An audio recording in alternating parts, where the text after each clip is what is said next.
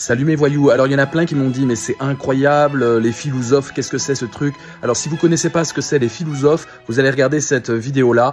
Pour la philo en dissertation, c'est de la bombe, que vous soyez en bac à l'université en Cagne ou en agrégation de philo, c'est de la bombe atomique. L'IA aujourd'hui vous permet de faire des merveilles. On va prendre un exemple avec un philosophe, Wittgenstein pour le nommer, et voilà ce que j'ai fait comme requête. Donc les 3 prompts, vous les retenez bien, ils sont idéaux pour pouvoir vraiment comprendre comment faire une fiche d'un philosophe. Vous choisissez les philosophes de votre choix et j'aimerais bien que les bacheliers aient au moins 3 philosophes en fiche quand ils vont passer l'épreuve. Bien sûr avec la méthode Voyout, la méthode dont je suis l'inventeur, je crois que vous me connaissez maintenant, Vincent Cespedes, philosophe, professeur de philo.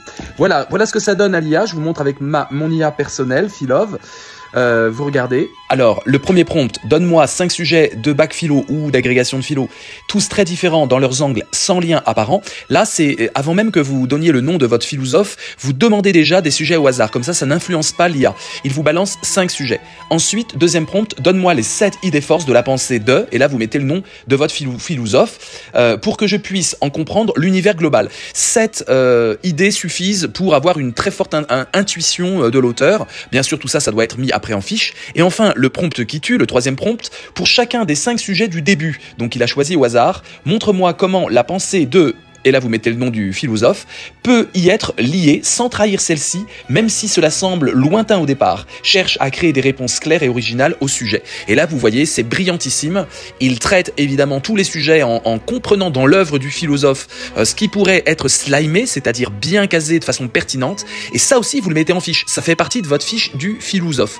Voilà, 3 fiches de 3 philosophes quand vous passez le bac philo.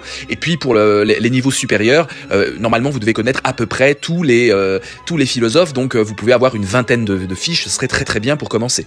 Voilà, c'est la méthode Voyout, je vous dis à bientôt. Mettez-moi en commentaire les philosophes que vous voulez mettre en fiche, je vais vous aider, et puis racontez-moi comment ça se passe.